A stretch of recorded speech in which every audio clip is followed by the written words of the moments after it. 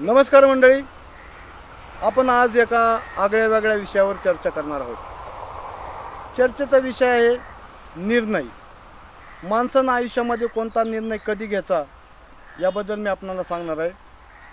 ज्या वेळेला माणूस योग्य निर्णय घेतो त्यावेळेला त्या माणसाचा फायदा होतो, आणि ज्यावेळेला तो चुकीचा निर्णय घेतो त्यावेळेला अर्थात त्याचं नुकसानच होतं। ही घटना बहुतेक करून लग्न या विषयावर बऱ्याच वेळा होते।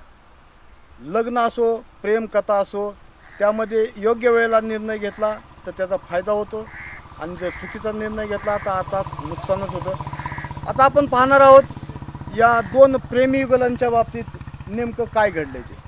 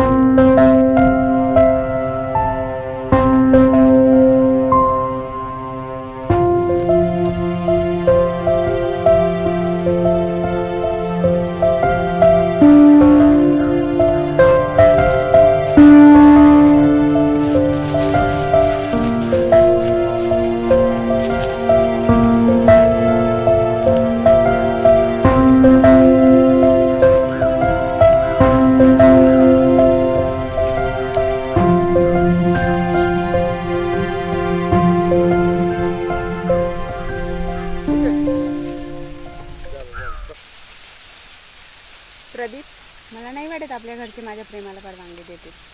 असं तुला कशावरून वाटतं? कारण आपला धर्म वेगळा, जात वेगळी, समाजात या आपल्या प्रेमाला कधीच मान्यता मिळणार नाही। मग आपल्याला ह्यासाठी काय करावं लागेल? यासाठी एकच पर्याय, आपल्याला पळून जाऊन लग्न करावं लागेल। काहीतरीच काय बोलती प्रिया, असं तडकीफड निर्णय घेऊन कसं चालेल?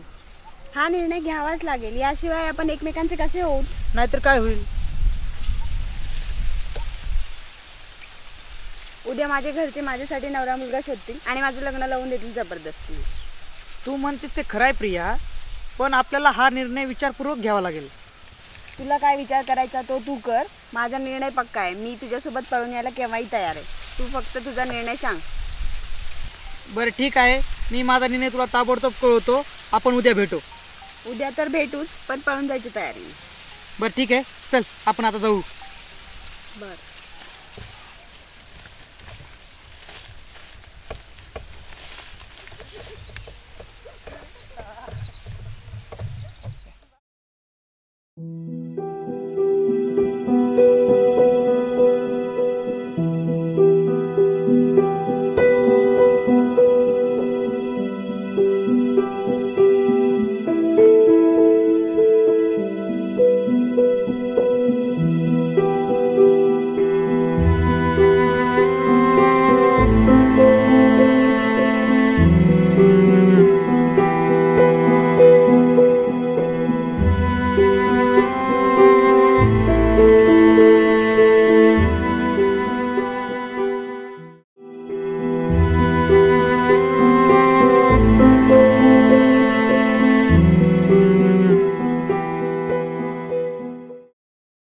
बरं, तू सगळ्या तयारीने आलीस? सगळ्या तयार।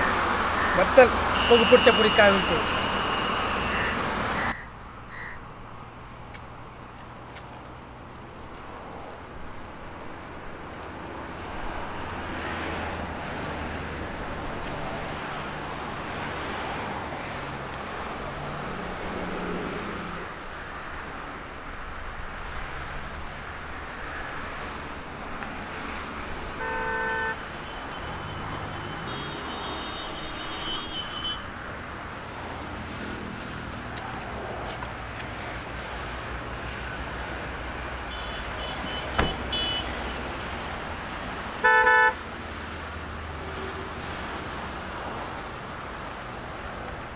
मंडळी, लग्नाच्या बाबतीत नेहमी असं घडत असतं।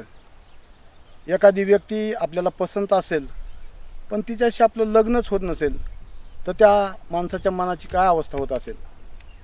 आपलं जगणंसुद्धा त्याला नकोसं वाटतंय। अशीच एक घटना एका तरुणाच्या बाबतीत घडली, आणि त्याने या वेळेला काय निर्णय घेतलाय ते आपण प्रत्यक्षच बघूया त्याच्या बाबतीत काय घडलंय। प्रिय, जन्मभर साथ देण्याचं वचन दिलं होतंस तुम्हाला, तू तर अर्धवट सोडून गेलीस. तुझ्याशिवाय जगू शकणार नाही म्हणणारी तू तर मला एकट्याला सोडून गेलीस. मग आता माझ्या जगण्याला तरी काय अर्थ आहे?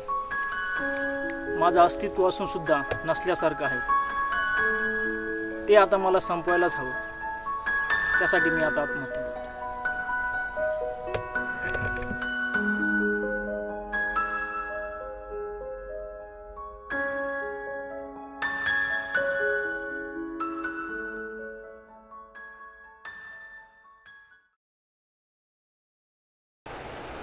मंडळी, मुलीच्या लग्नाच्या बाबतीत तिचा वडील नेहमी असा विचार करतो की आपल्या मुलीला मिळणारा नवरा चांगल्या स्वभावाचा असावा, मुलीचा संसार चांगला करणारा असावा आणि विशेष म्हणजे तो निर्व्यसनी असावा.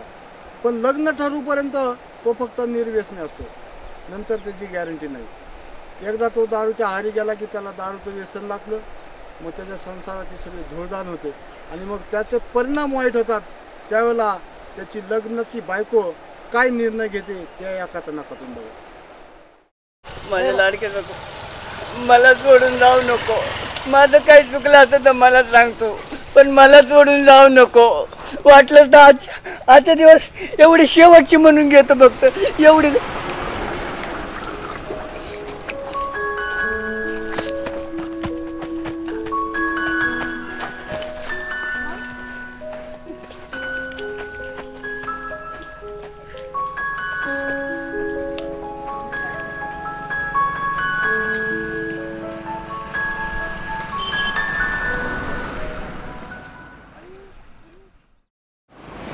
मंडळी, लग्नानंतर फक्त पुरुषांकडूनच महिलांवर अत्याचार होतो असं नाही. महिलांकडून सुद्धा काय अशा गोष्टी घडतात की त्याचा पश्चाताप पुरुषांना होतो. एक विवाहित महिला आपल्या पतीला धोका देऊन दुसऱ्याचा हात पकडून जाते, अशीच एक घटना घडली या तरुणाच्या बाबतीत. पाहूया त्याचं मत काय. विवाहाच्या बंधनात अडकताना, विवाहबद्ध होत असताना अग्नीला साक्षी ठेवून तू माझ्याबरोबर 7 फेरे घेतले होतेस. माझी सहचारिणी, माझी जीवनसाथी बनून राहण्याचं तुम्हाला वचन दिलं होतंस. पण काही क्षणिक सुखासाठी, लोभासाठी, किरकोळ वैभवासाठी तू या वैभवचं अनमोल प्रेम सोडून दिलंस ग आणि दुसऱ्याबरोबर निघून गेलीस.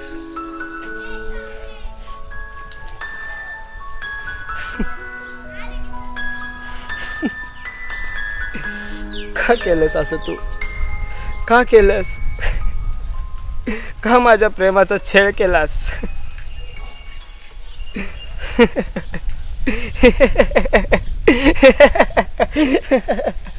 कुठं असशील तू? कुठे गेलीस तू? कुठं आहेस तू? कुठं आहेस तू?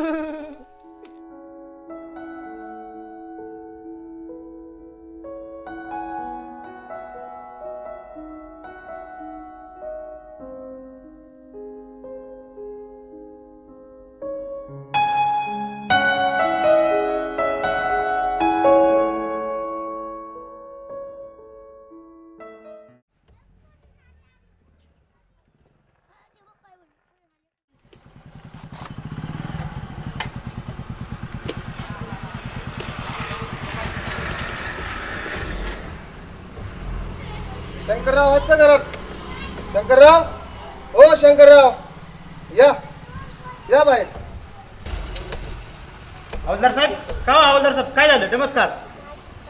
हे बघा शंकरराव, तुमच्या मुलीने एका मुलाबरोबर प्रेम केले हे तुम्हाला बिलकुल आवडलं नाही, म्हणून तुम्ही त्या रागात तिचा आणि प्रियकराचा खून केलाय. हा आरोप तुमच्यावर पडलाय. ह्याबद्दल मी तुम्हाला अटक करण्यासाठी इथं आलोय. चला माझ्यासोबत पोलीस स्टेशनला, चला.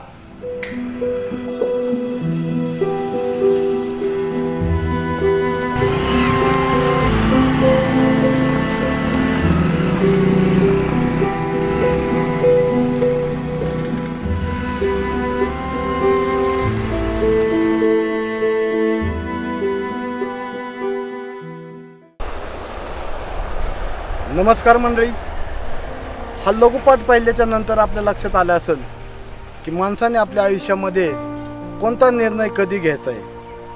जर निर्णय योग्य घेतला तर त्या माणसाला त्याचा नक्कीच फायदा होईल, पण निर्णय चुकीचा घेतला तर त्याचं नुकसानच होईल.